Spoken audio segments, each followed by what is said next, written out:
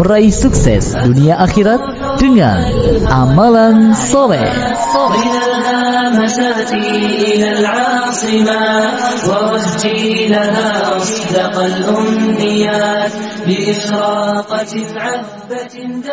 Assalamualaikum warahmatullahi wabarakatuh.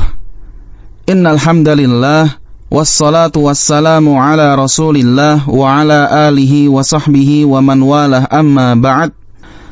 Alhamdulillah, pada kesempatan yang berbahagia ini kita berjumpa kembali dalam rangka meningkatkan pemahaman kita terhadap agama Allah Subhanahu wa taala. Pada rubrik ini kita akan membahas tentang berdakwah dengan akhlak yang mulia. Semoga melalui pembahasan ini menambah keimanan, kesadaran dan ketakwaan kita kepada Allah Subhanahu wa taala insyaallah. Pendengar yang dirahmati Allah Subhanahu wa taala, seseorang yang teguh memegang kebenaran, ia pasti akan menghadapi banyak tantangan. Rasulullah SAW dan para ulama salafus salih saja sudah terlebih dulu menghadapi tantangan. Para pengusung kebenaran, apalagi di akhir zaman ini, akan tetap dihadang oleh tantangan di mana kejahatan lebih mendominasi dunia dibandingkan kebaikan.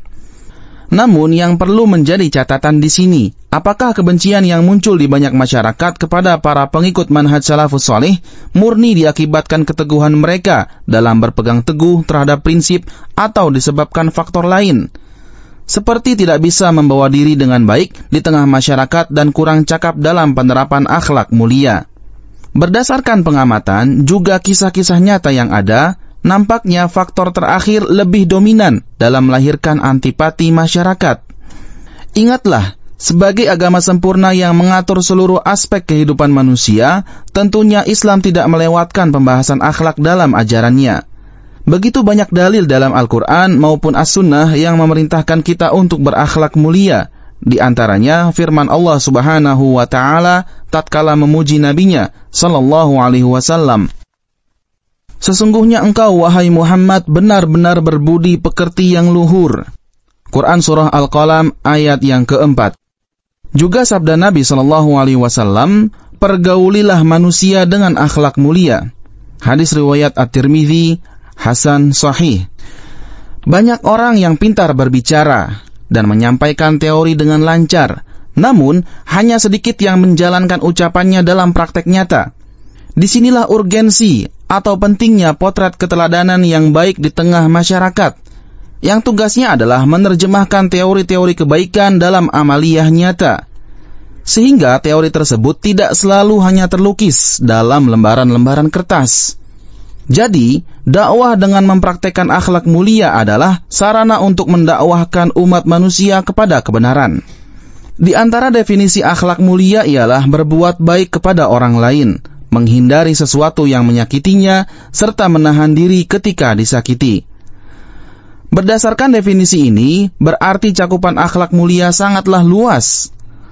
Karena itulah, kita hanya akan membawakan beberapa contoh saja. Semoga yang sedikit ini bisa mendatangkan berkah dan para pendengar dapat menganalogikannya kepada contoh-contoh yang lain. Pertama, gemar membantu orang lain. Rasulullah SAW bersabda, Allah akan membantu seorang hamba jika ia membantu saudaranya. Hadis riwayat Muslim. Sifat gemar membantu orang lain akan membuahkan dampak positif yang luar biasa bagi keberhasilan dakwah. Tatkala seseorang dalam keadaan sangat membutuhkan bantuan, kemudian ada orang yang membantunya, jelas susah baginya melupakan kebaikan orang tersebut. Dia akan terus mengingat jasa baik itu, sehingga manakala kita menyampaikan sesuatu padanya, minimal dia akan lebih terbuka untuk mendengar ucapan kita. Bahkan, sangat mungkin dia akan menerima masukan dan nasihat kita. Sebagai salah satu bentuk berbalas budi atas kebaikan yang kita sodorkan kepadanya. Karena itu, seyogyanya kita berusaha menerapkan akhlak mulia ini dalam kehidupan sehari-hari. Tatkala ada tetangga yang meninggal dunia, kitalah yang pertama kali memberikan sumbangan belasungkawa kepada keluarganya. Manakala ada yang dioperasi karena sakit, kita turut membantu secara materi semampunya. Saat ada yang membutuhkan bantuan keuangan, kita berusaha memberikan hutangan pada orang tersebut, begitu seterusnya. Kedua, jujur dalam bertutur kata. Sifat jujur merupakan salah satu karakter mulia yang amat dianjurkan dalam Islam. Allah Subhanahu wa Ta'ala berfirman, "Wahai orang-orang yang beriman, bertakwalah kalian kepada Allah dan ucapkanlah perkataan yang benar." Quran Surah Al-Ahzab ayat yang ke-70. Kejujuran bertutur kata dalam kehidupan sehari-hari membuahkan kepercayaan masyarakat terhadap apa yang kita sampaikan, bukan hanya dalam perkara duniawi, namun juga dalam perkara ukhrawi. Seorang muslim yang telah dikenal di masyarakatnya, jujur dalam bertutur kata, berhati-hati dalam berbicara dan menyampaikan berita, akan disegani. Ucapannya akan didengar. Dan ini modal yang amat berharga untuk berdakwah. Didengarkannya apa yang kita sampaikan, itu sudah merupakan suatu langkah awal yang menyiratkan keberhasilan dakwah. Andaikan dari awal saja masyarakat sudah enggan mendengar apa yang kita sampaikan, karena kita telah dikenal, misalnya mudah menyebarkan isu yang belum jelas kebenarannya, tentu jalan dakwah berikutnya akan semakin sulit. Ketiga, berperilaku ramah terhadap orang miskin. Rasulullah SAW bersabda, "Tolonglah aku untuk mencari dan membantu orang-orang lemah. Sesungguhnya kalian dikaruniai rezeki dan meraih kemenangan lantaran adanya orang-orang miskin di antara kalian." Hadis riwayat Abu Dawud. Bersikap ramah dan perhatian terhadap orang-orang lemah menguntungkan dakwah dari dua arah. Sisi orang-orang lemah tersebut juga sisi masyarakat yang menyaksikan sikap mulia yang kita praktekkan tersebut. Adapun sisi pertama keuntungannya, orang-orang lemah tersebut akan mudah untuk didakwahi dan diajak kepada kebenaran. Apalagi pada umumnya mereka memang lebih mudah untuk didakwahi.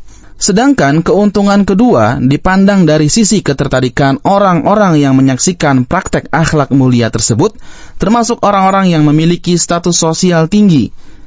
Masyarakat cenderung lebih respek kepada ulama atau dai yang rendah hati, serta akrab dengan orang-orang miskin dan lemah. Alangkah indahnya andaikan para dai dan ulama menyeimbangkan antara kedekatannya dengan orang-orang terpandang dan kedekatannya dengan orang-orang miskin, dengan satu tujuan lurus, mengajak mereka semua ke jalan Allah Subhanahu wa Ta'ala. Wallahu a'lam.